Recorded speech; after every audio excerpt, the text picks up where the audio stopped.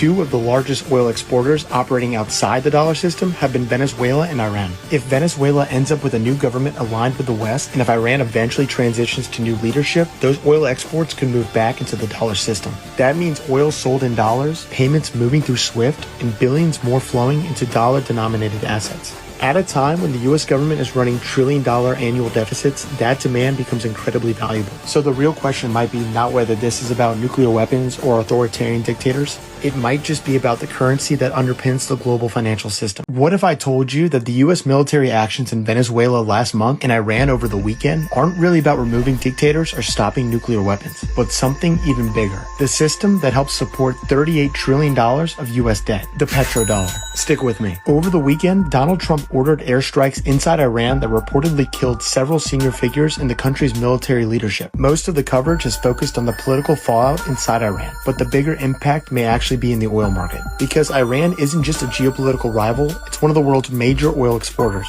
Before the strike, Iran was exporting roughly 1.5 to 2 million barrels of oil per day, and about 90% of that was going to China. And here's the key detail. Much of that oil wasn't being settled through the traditional Western financial system. Iran has been cut off from SWIFT, the global banking network used for most cross-border payments. So many of those transactions happen through alternative systems or non-dollar currencies. Now, here's where it gets interesting. For decades, the global oil market has largely revolved around something called the petrodollar system. Since the 1970s, most oil around the world has been priced and traded in US dollars. That forces countries that want to buy oil to first obtain dollars. And that demand matters. Oil exporting countries accumulate those dollars and often recycle them back into US assets like treasury bonds. Now that process, known as petrodollar recycling, has helped finance US government borrowing. In other words, when oil is priced in dollars, it creates global demand for dollars. And global demand for dollars helps absorb US debt. Now let's look at the geopolitical angle.